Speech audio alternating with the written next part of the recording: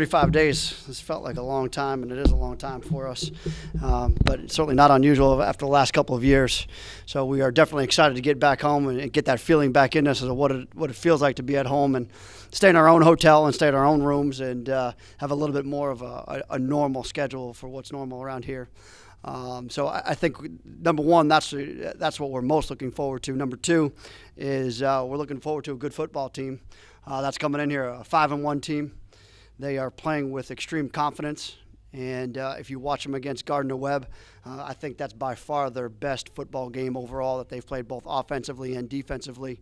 A couple things that stick out on film is they play fast.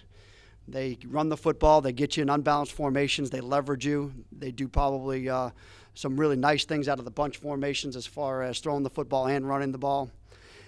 Defensively, they're playing with a lot of older third and fourth year players. They're very experienced. A lot of guys that we saw here a couple of years ago are still playing for them, playing fast, coming off the edge, blitzing.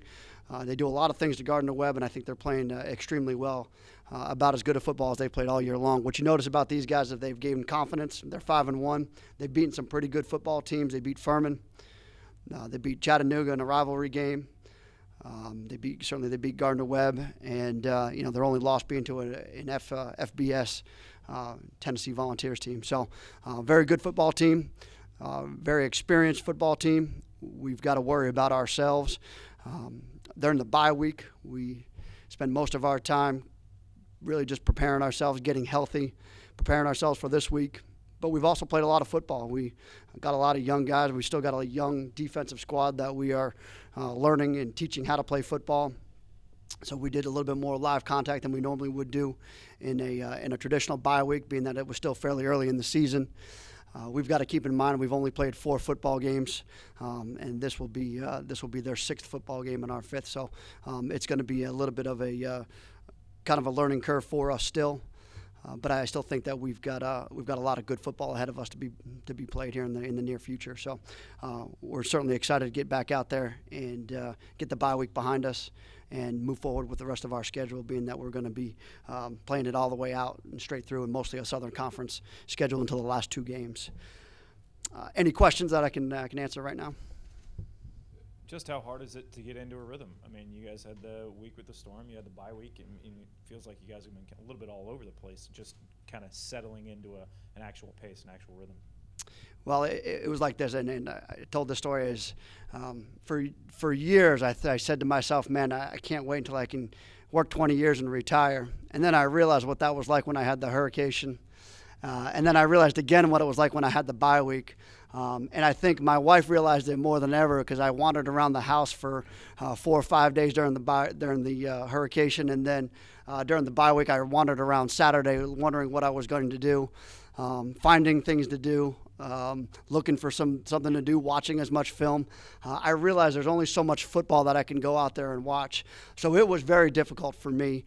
And it was probably even more difficult for my wife. I could see myself working for probably the next 30 or 40 years, Coach McCombs, as you can understand that. So it's been disjointed. It's been a disjointed year once again for us. Once again, for our players, you've only played 2 games in the last 3 or 4 weeks, so that can be very challenging for us.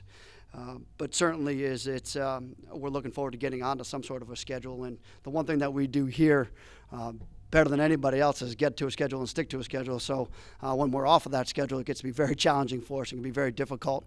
And I fit right into that pattern. Football coaches like to be, we do this on Mondays, we do this on Tuesdays, and this on Wednesdays. And when you get off of that schedule, it can be a little bit challenging, difficult. But the bye week, we did certainly do what we traditionally do when we go out, and we did some recruiting, did some speaking to some touchdown clubs, and we're able to get out and just kind of get off campus a little bit.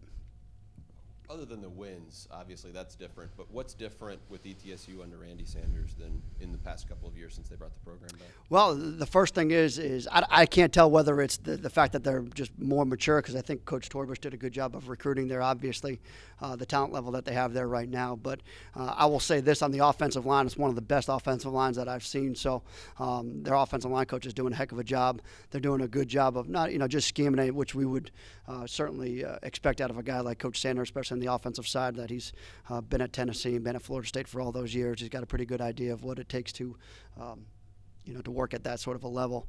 And then defensively, the defensive coordinator's been there ever since we had gotten there, so he knows that defense as good as anybody. So I think they're well coached. I think he does a good job. They're well prepared for their games, but it also helps that they're fourth and some fifth-year players on that team.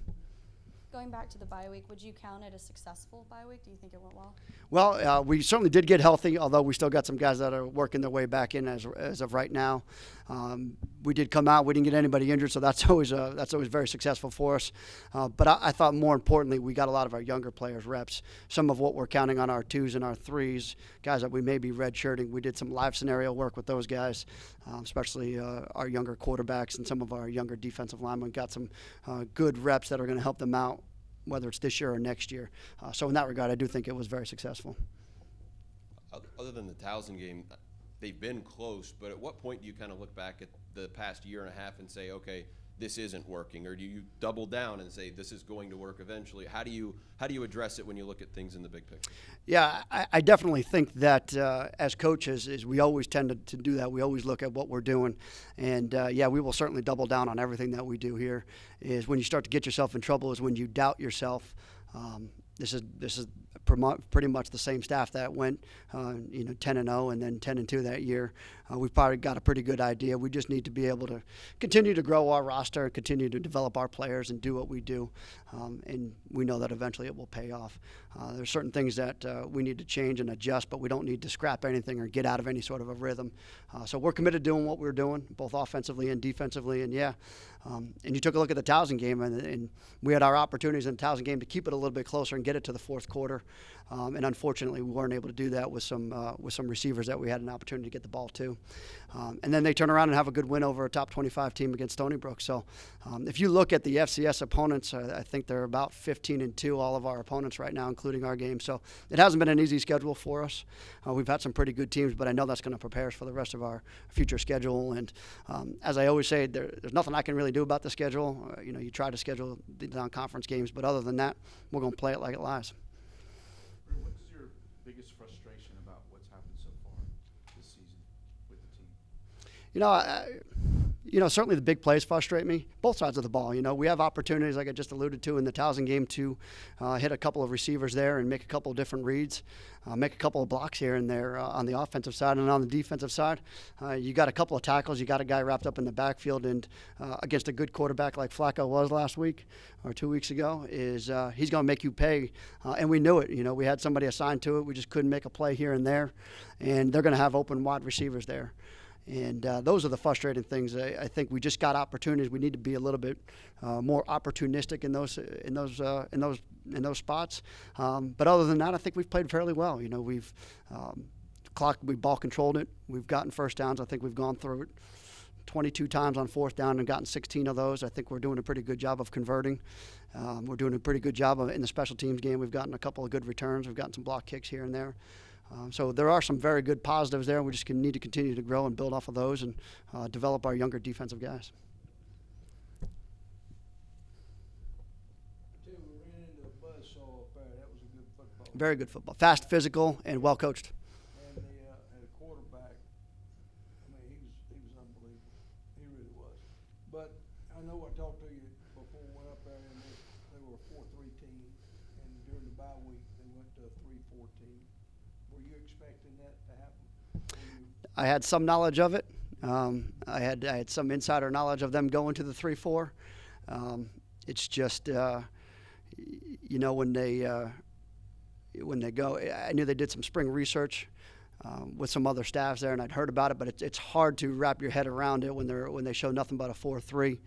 But we had prepped for it. We've played 50 teams. Just about everybody on our schedule is a 50 team.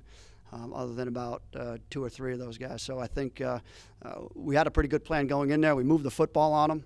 And as I said, we really just needed to hold the game a little bit closer and tighter and convert some field goals into touchdowns and maybe some first downs into field goals. What surprised me about those guys is they had the open week, but they changed their whole scheme of defense for you. Yep. And they did a good job executing, which was surprising. Yeah, they knew what they were doing. They had some pretty good insider knowledge, I'll say that. they certainly went and they sought out some pretty good defensive guys that go against it every single day. And as a little bit of a triple option guy, it's a little disappointing for me. But as I understand, that's the way it goes. I know I saw with Bo Johnson one time, and he said, we don't do a whole lot as far as game planning offensively because we never know what we're gonna see. That's very true. That's very true. Series to get locked in on what they're doing to you, because they're gonna change defenses for you. You know, the important thing about that, Coach McCombs, is that you got to hang in there tight with them for a couple of series and be able to get it going and to feel them out. We had a pretty good idea after about 2-3 series what their game plan was and how much they had learned from the Naval Academy and what to do. Coach, how excited are you guys to get back home after 35 days off? It's the third year in a row. It seems like this has happened. You feeling pretty motivated? The guys feeling motivated to play in front of the home crowd once again? Yeah, we talked about it last night. Really, it's just about us being 1-0 at this point and getting an opportunity to restart our season because we've had the bye week. We've got no more bye weeks, hopefully no more hurricanes going on here, and get back at home. It is ring weekend. It's a big weekend for our seniors. It'll be an exciting weekend. It is also Parents Weekend. It'll be a great crowd here. It's going to be a beautiful low 80s day here. So I think it's the best of all scenarios to be able to get back home and get back to play in front of our fans. Do you expect Kafari Buffalo to be back this week? Currently, right now, he was listed as doubtful. You want to go into who was helping with the triple option, anything like that? Or is that more of a behind the scenes? No, as Coach alluded to, they had gone to the Naval Academy over the spring and had clinic with those guys. And Do you expect other triple option teams to stick together and not give away secrets? Is that some sort of an unspoken rule? it used to be the unspoken rule. Correct. These guys aren't sure about how much they know. Does the Citadel have Navy on any future schedule? We do not. We do not. You might want maybe more pounding them the other day. Yes, they did. Yes, they did. Thank you, guys. Appreciate it.